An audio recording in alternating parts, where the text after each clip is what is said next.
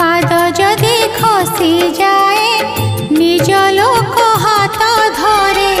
भाग्य जदि मंद हुए